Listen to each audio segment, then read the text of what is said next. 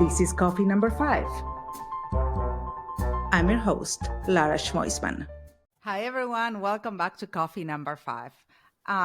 So don't get too stressed today. Relax a little bit. But if you can't, I'm going to tell you how. And I was so impressed. I heard this man talk, this gentleman in a conference that I was a couple months ago. And I was like, you need to be in my podcast because I think everyone in the business world, in the entrepreneurship world, we're super stressed. And sometimes it's really hard for us to close our mind. I think that it's so hard to stop ourselves from thinking sometimes that we cannot think clearly. So I was so impressed by Dr. Patrick Potter's presentation that I invited him to have coffee with me. Hi, doctor. How are you doing? I'm doing great. Thanks for having me. So you are the founder of BrainTap.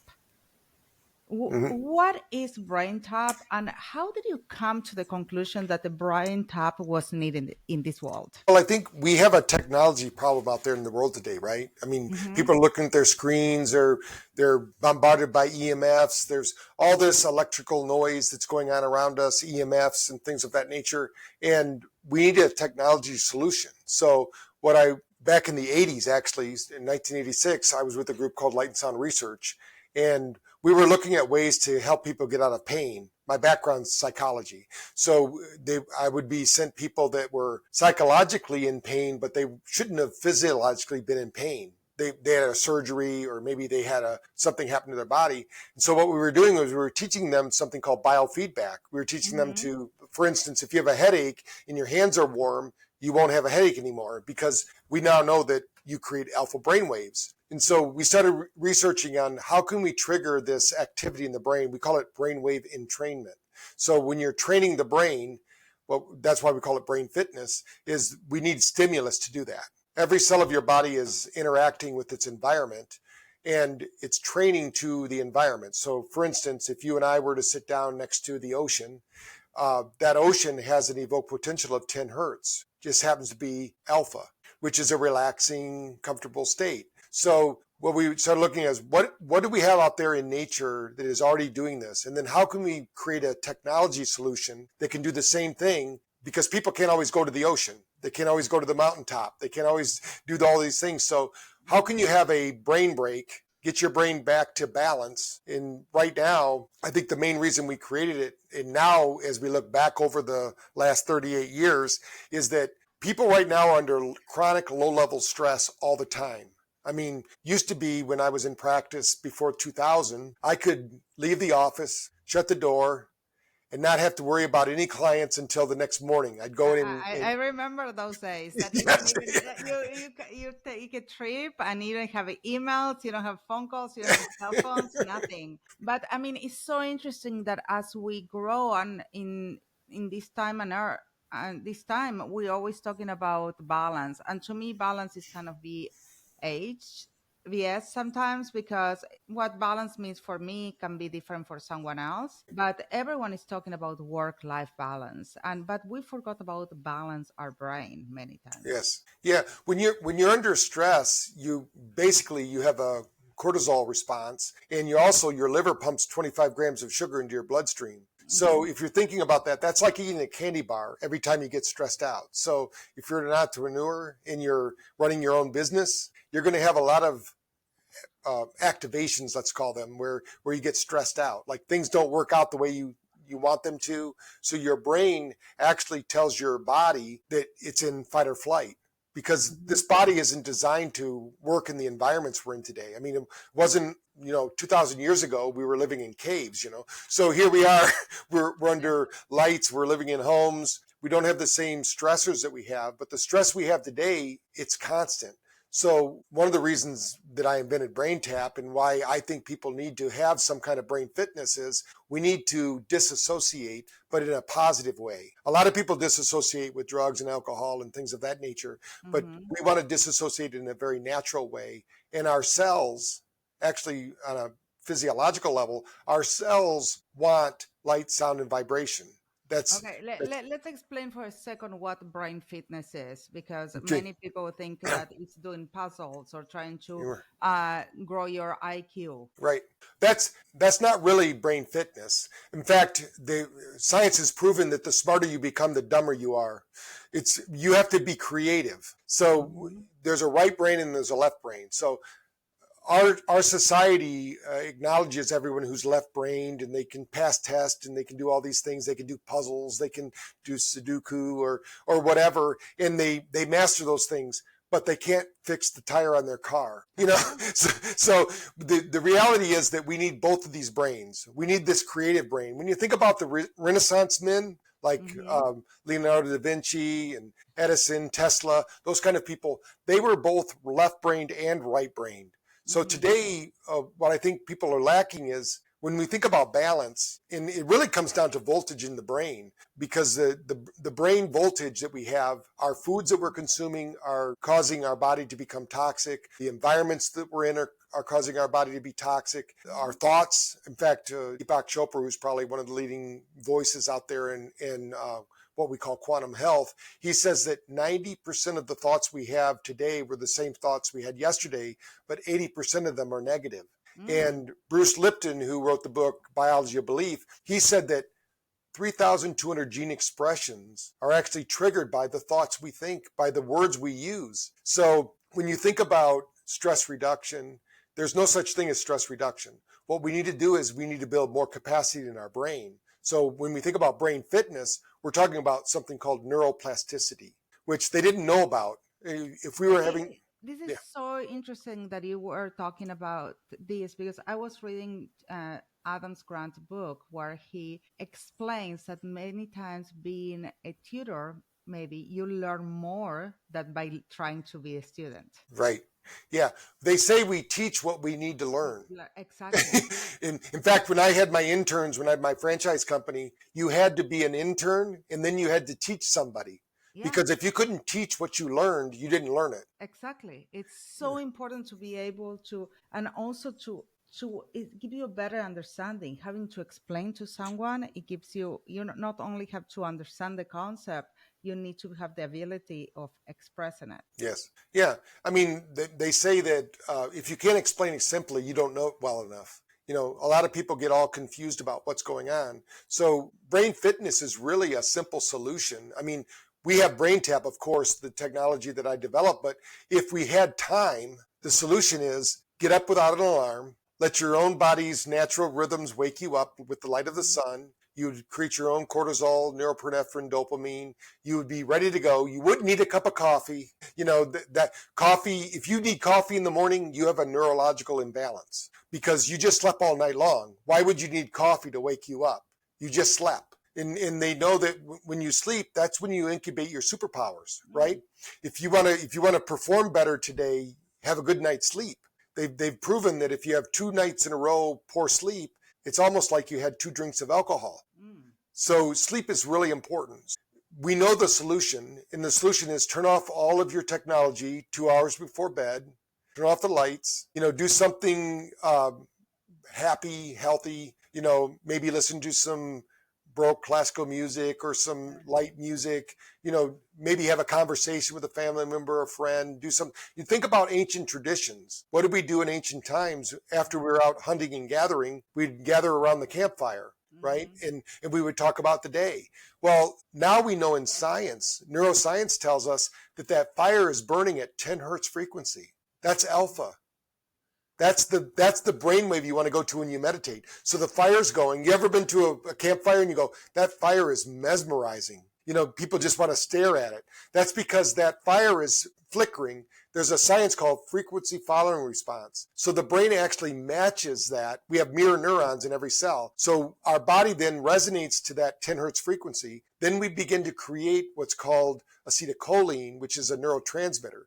These neurotransmitters are only activated through the different brain waves. So when you think about our lifestyle today, people go from 24-hour news cycles to talking, worry about their business or concerns. At night, the last 2 hours before you go to bed should be only talking about positive things, what you're going to do, maybe even having a prayer moment, whatever it is.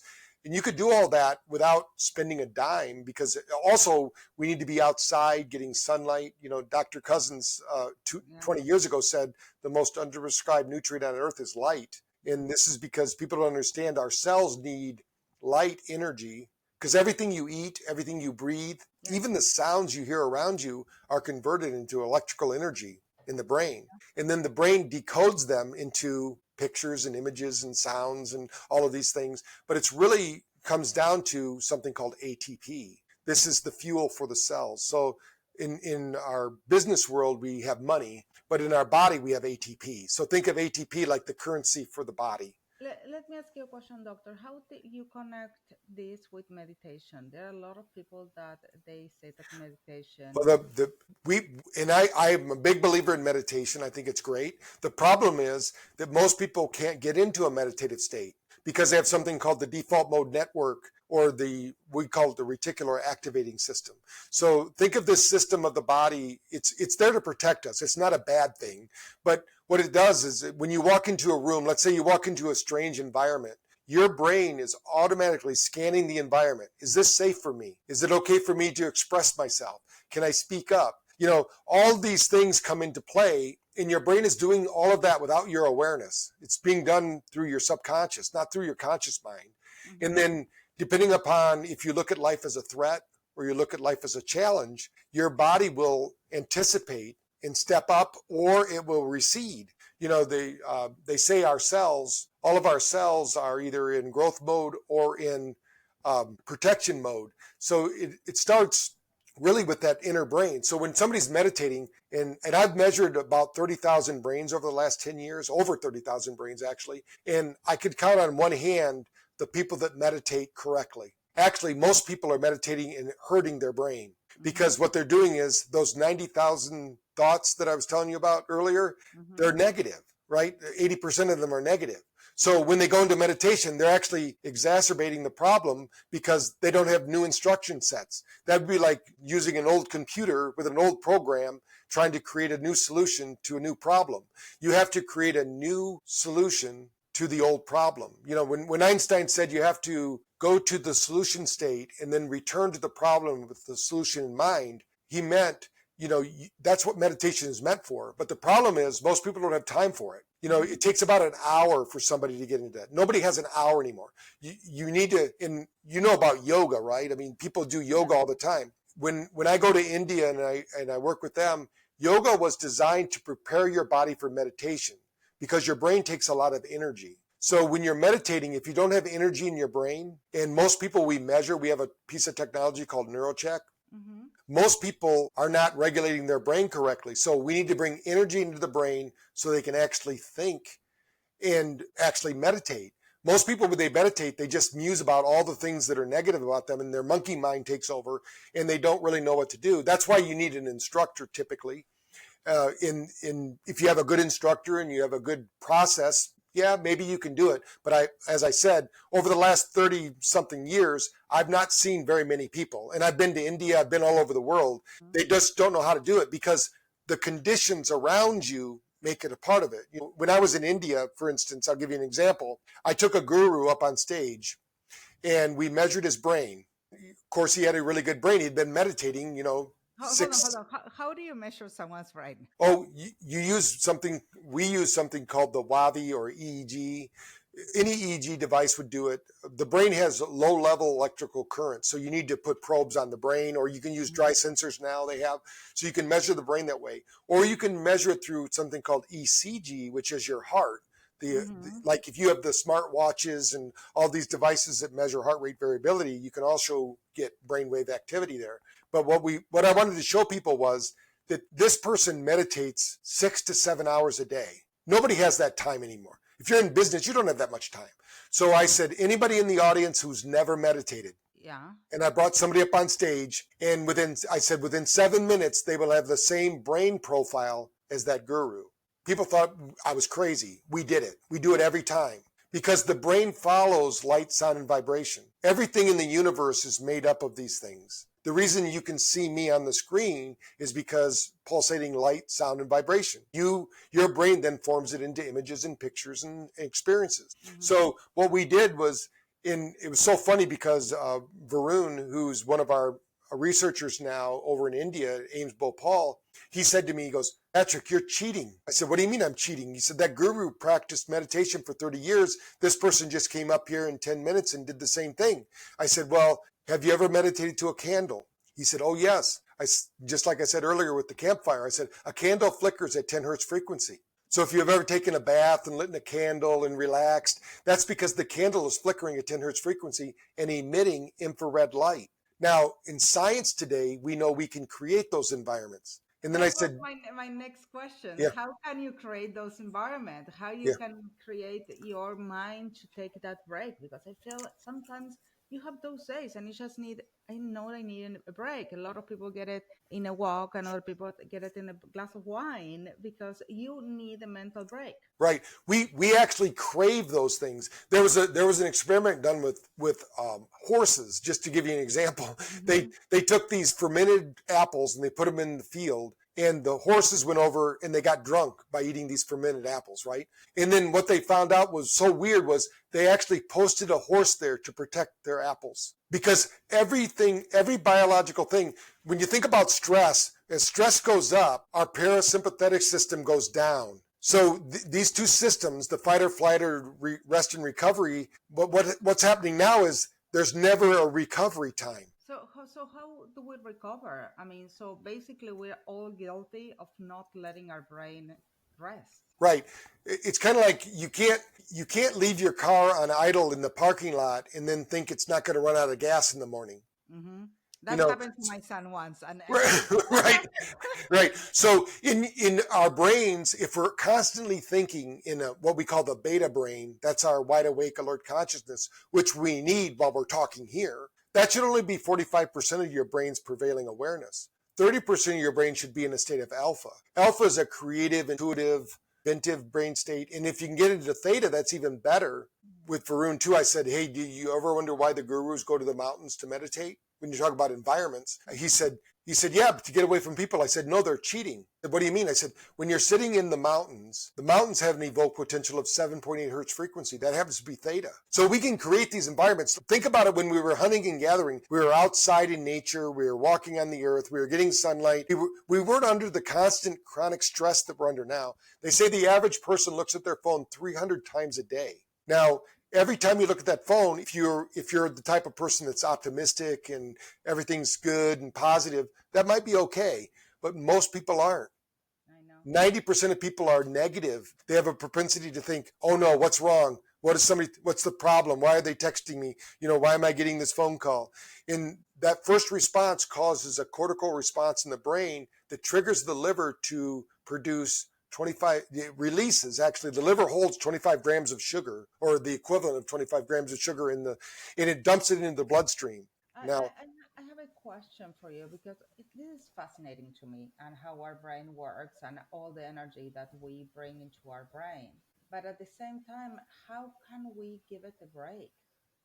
Well, you can do it there's simple ways. They've done a lot of experiments without spending any money. You could listen to Baroque classical music, for instance, while you're doing work. Like if you're doing your homework or you're doing your business work, put on some music that is not Led Zeppelin or Metallica, but we're talking about Baroque classical music. Yeah. What they found is this 10-cycle music actually synchronizes the hemispheres because every cell is listening. Think of it like every cell is listening to that pulsing sound, and then it harmonizes. All the listeners have to do is go on YouTube and search for synchronizing metronomes. What about the sounds? A lot of people are asleep, or they teach babies to sleep with certain sounds. Yes. How that affects your brain? Well, we do that too. Yeah. What we do is you can slow down that rhythm now. Because of technology, we can change that rhythm from 10 cycles to 0.5 cycles. And that 0.5 cycles happens to be deep delta. Now, when you're sleeping, I'll just tell you a little bit about an experiment we did a research project that was published with coal miners. Mm-hmm. These are people that when we did the study, the average coal miner spent 10 hours a night in bed, but they only got 1 minute of deep sleep. They weren't sleeping. They were in bed. So when people think I need 7 hours of sleep, no, you need 6.5 hours of sleep.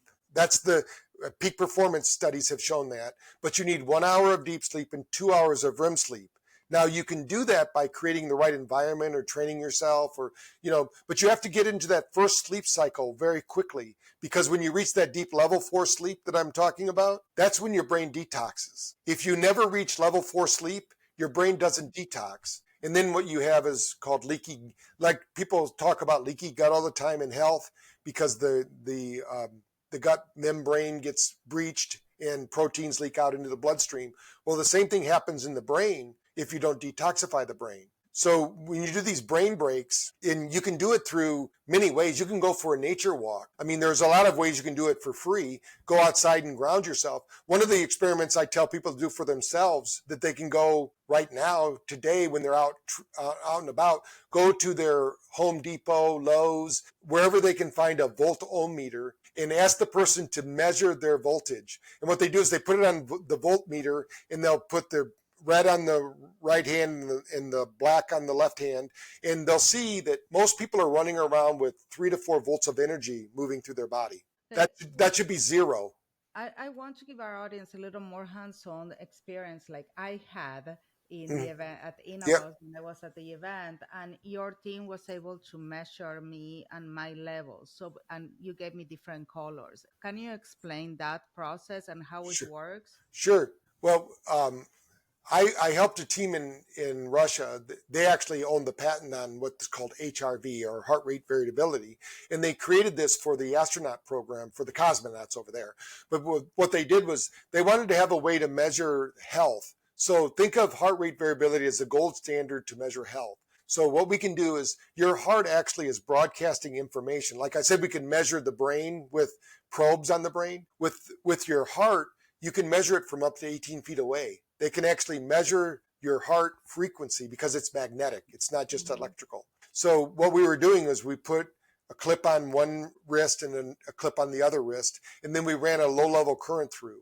In physics, we need 3 parameters in order to create any equation, let's say. So we know what every frequency of the body is because the Russians have mapped that out. So they now know in science that every cell of your body resonates in a healthy state at a certain frequency.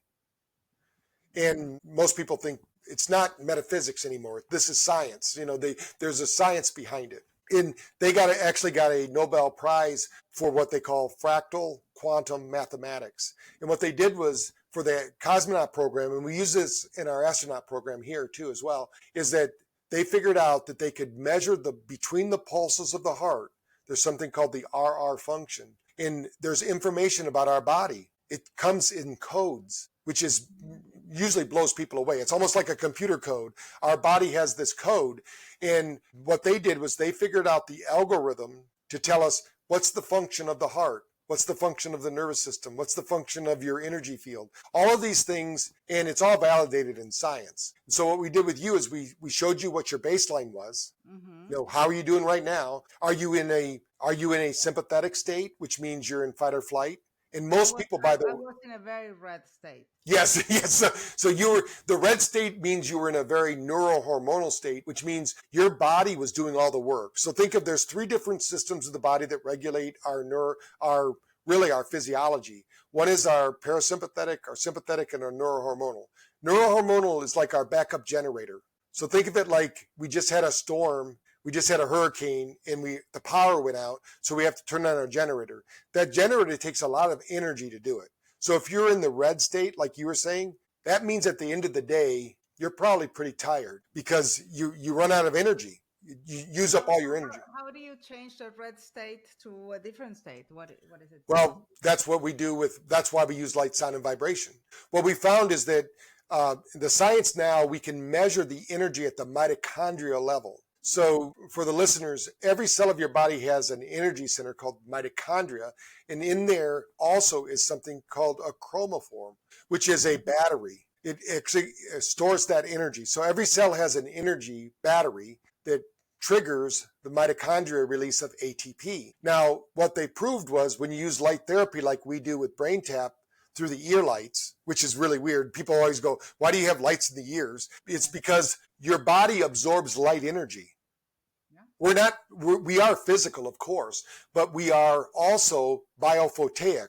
There's actually, our National Institute of Health said in 1994 that we have a field of energy. During COVID, they said we were shedding. You heard that expression when people said they're shedding because they had COVID or something. The reality is we're always shedding. We're always broadcasting biophotic energy. That's how we see things. Like we see a plant because it's emitting biophotic exchange. We're seeing the photons emit, and we see a leaf or something like that, or a tree or a person or a car. And so this is always happening. But what happens as it decays, that energy goes down. So we need to fill up the gas tank. Now you can do that in 3 ways. One, you can eat really well. Mm-hmm. You can drink half your body's weight in ounces of water. You can eat nutritionally well. Now that's really good. That's a first start because you can't outthink a bad diet. Number 2, you got to get up and move and breathe. Right now, one of the problems we have in our society is we sit so much, right? So when you're sitting, your nervous system, they now say sitting is the new smoking because 20 minutes of sitting is equivalency in health to smoking a cigarette, which isn't good, right? So we want to get up and move and breathe. So I always tell people at least once an hour, get up and move, because you get behind the computer screen and you kind of lose track of time. And then number 3 is you need to do some kind of brain fitness. Now, if you don't own the BrainTap, you're going to have to do some kind of breath work, meditation, mindfulness training.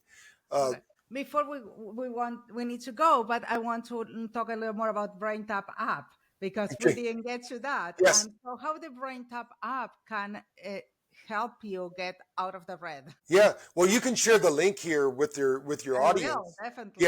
Yeah. And when you share that link, they actually will also get a copy of my book, Thrive and Overdrive, so they can learn more about it if they want to know behind it. But in that app will actually train you. Now, it doesn't have the light part of it. That's the headset. But for 14 days, you can use it for free. So what I always tell people is do an experiment with yourself. If you're not sleeping well, there's actually a 21-day quick start program on the app that you can play the first 14 days for free. If you don't like it. Sometimes you think that you sleep well, but you don't realize how bad you're sleeping, even though you sleep a lot of hours. I know people who can sleep 12 hours and they wake up tired. Yeah, because it's not about time in bed like I was talking about with the coal miners. Mm-hmm. It's about how efficiently are you sleeping? Are you going through these, every time you go through these brainwave cycles, that's why the brain training is so important, to get the brain waves engaged. And every one of those brain waves actually triggers another neurotransmitter. And there's 54 neurotransmitters. So when you think about these neurotransmitters, they are what makes mental health happen. When everybody's talking about this mental health crisis we have in the world today, it's not a psychological problem. It's a physiological problem. The body isn't producing the energy that it needs for us to be well. And so your body needs energy to heal, to, give you creativity, to give you inventiveness, to handle the stresses that happen, especially if you're an entrepreneur. You need to have that high energy because you're doing every job. You might be the janitor, the HR department. That normally happen, paying the bills. Yes. Yes, so that happened. And we definitely will put in the chapter list the link for your website. So before we really go now, what recommendations you can give someone who is stressed, someone who feels that they're not as productive? Because I do believe that sleep also has to do a lot with productivity. Yes. Yeah, we actually did a study on that as well. I want to ask you one more thing, because you mentioned something really important, the negativity. Mm-hmm. How sleep can affect to be negative or positive, if you have any data on that. Oh, yeah. Well, they did an experiment actually measuring mitochondrial health, and they found out that people who are negative thinkers rather than positive thinkers, they produce 200 times less energy. Really? That's fascinating. So imagine that. We all know those people that, they walk in the room and it gets a little darker. We call them energy drainers or energy vampires. Yeah. They show up at meetings and you go, oh no, Sally's here or Betty's here or Frank's here, but then you have the other person that comes in and they're high energy. Everybody they go, all right, Laura's here. All the energy's high, because you're broadcasting energy. Yes, it's such a difference. You can totally tell those people, and even I would say on Zoom, we had even lately a situation with someone in our team that we really felt like it was taking away the energy instead of bringing positive energy. Yeah. What it is everything in nature is always trying to seek balance. So when you have a group, that's why they say you're only as strong as your weakest link. So if you find that weakest link and you can build them up, get them thinking more positive. In fact, in studies, they showed the best thing you can do for longevity, if somebody's wanting to live longer and healthier, is positive thinking. 6.5 years. They've proven that it adds 6.5 years to your life just being a positive thinker. So when I always tell people, they go, this negative person's bothering me, I said, don't worry about it. You're going to be around 6.5 years longer than them. Just let them be. Don't give them any energy. The main thing is don't give away your energy to people. I taught my kids, don't give away your remote control. No, because really the negative energy sucks your positive energy. Yes. I don't understand how it works. But well, it's seeking balance. So think in terms of they want your energy because they're low energy people. I tell people, this is an easy way to think about it. Everything is frequency, what you frequently see. So if you're a positive person, you frequently see positive things, you eat positive foods, you hang around with positive people, you have positive activities. If you frequently see negative things and you're a negative thinker, you seek out negative foods, negative relationships, negative environments. You understand what I'm saying? So think of frequency. If you just change, just like a radio dial, you want to change your frequency. And you do that, sometimes you just have to pump yourself up, and that's why we have with BrainTap, if they download the app, there's sessions for the morning to get you started in the morning, to get you fired up, get your brain going in the right direction. It's a brainwave called SMR. In the middle of the day, you do a reboot because it's normal to feel tired in the middle of the day. Your temperature drops 2 degrees. And there's a lot more about that they can learn on the website and things like that. But then at night, we need to downregulate so we can get that deep cycle relaxation and really heal our body and our mind and process our day in a way that we wake up in the morning ready to take on the day. And we shouldn't need coffee in the morning. If you need coffee in the morning, you have a neurological issue. So we need to fix that problem. I'm not saying you don't drink coffee. You just don't drink it first thing in the morning. You should be exercising, doing some breath work, some positive affirmations, something that gets you pumped up for the day. 100%. And I'm a coffee lover, and by the name of this podcast, you can say how many coffees I can get today. But it should be something that you add to your life, not to replace something else. Yes, I love coffee. I mean, we spend a lot of money on coffee. We have probably one of the best coffee makers, Mila, in our home, but we don't drink it first thing in the morning because we want our own cortisol, norepinephrine, and dopamine to be working. But after 2 hours of being awake, then I can enjoy my cup of coffee, and I do my light therapy. I have a soul light, which I basically, before I get on my computer, I actually get sunlight. It's manufactured, but if I get outside when I'm home, I walk outside, I get sunlight because our cells, we need to wake up our cells. Then we can enjoy anything we want. Everything's good in balance. You can have a glass of wine if you want, as long as you're doing it in balance. Now, a bottle of wine, that's not the same thing. You know what I mean? Absolutely. Absolutely. Well, Doctor, thank you so much for spending time with us. This was really, really great. And for you out there, you know how to be more productive. It's just regulate your sleep. Regulate is about balance. And like everything in business is balance. Like you balance your shit, you also need to balance your brain and your body. Yes. Thank you. Okay. And to you guys, I will see you next week with more coffee number 5. Talk soon. Find everything you need at larashmoisman.com or in the episode notes right below. Don't forget to subscribe. It was so good to have you here today. See you next time. Catch you on the flip side. Ciao, ciao.